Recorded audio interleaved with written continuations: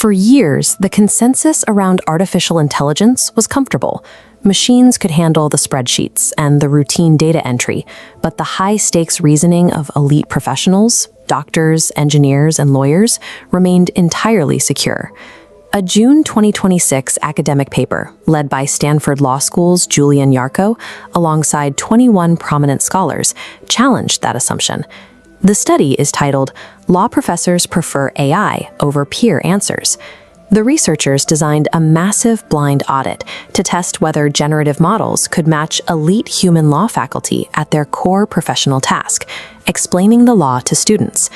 The experiment focused on complex legal reasoning, forcing both groups to navigate doctrinal ambiguity and weigh competing arguments in scenarios where multiple answers could be technically valid. The resulting data offers a quantifiable look at a moment where the specific cognitive skills used in professional legal work were successfully replicated by a machine. The researchers gathered 16 contracts law professors from top-tier U.S. law schools. These human instructors were pitted against two state-of-the-art systems, Google's Gemini 2.5 Pro and a retrieval-augmented version of Notebook LM. This animated pyramid diagrams the testing arena. The human and machine competitors had to answer 40 representative student questions.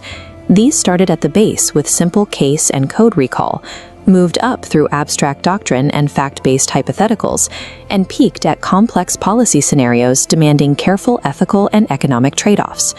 To prevent human graders from favoring cleaner layouts or polite tones, researchers neutralized the AI's stylistic advantages. Models were locked under strict limits. Answers averaged 90 words, conversational fillers were banned, and bullet points completely prohibited. With the answers generated, the professors blindly reviewed 2,918 randomized head-to-head pairings, choosing which explanation they preferred. This side-by-side bar chart displays the final outcome. The AI-generated responses secured a 75.33% preference rate, leaving the human experts with a win rate of less than 25%.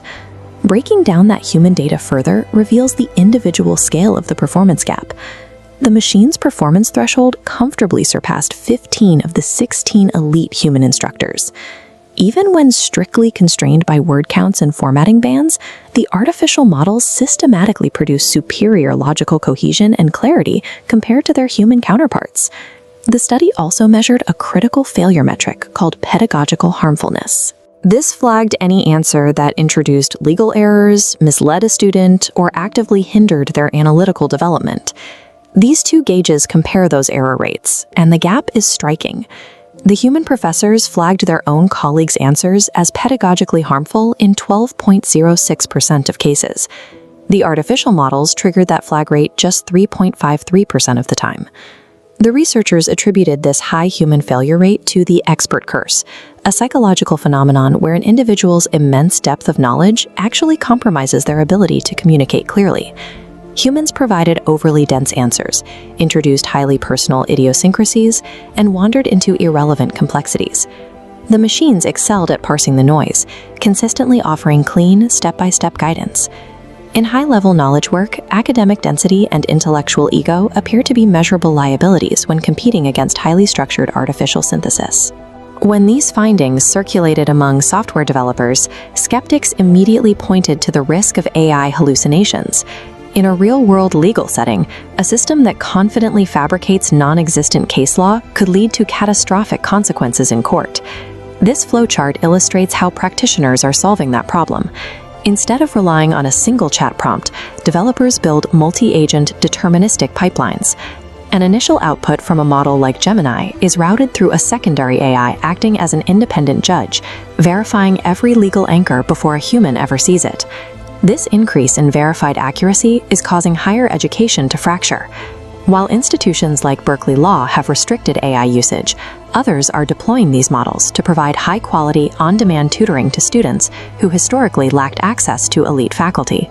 This shift in performance is migrating from the classroom into law firms, where it is beginning to challenge the established billable hour model. Junior associates traditionally spent weeks manually researching case files and conducting exhaustive document reviews. Those exact tasks are now executed by specialized AI networks in a matter of minutes. The daily function of the lawyer is shifting. They are stepping back from the manual generation of research to act as strategic quality control managers, reviewing the validated logic presented by their automated systems. Artificial intelligence has moved past the role of a basic administrative assistant. It has established a new baseline for elite professional reasoning, forcing humans to adapt their workflows or face obsolescence.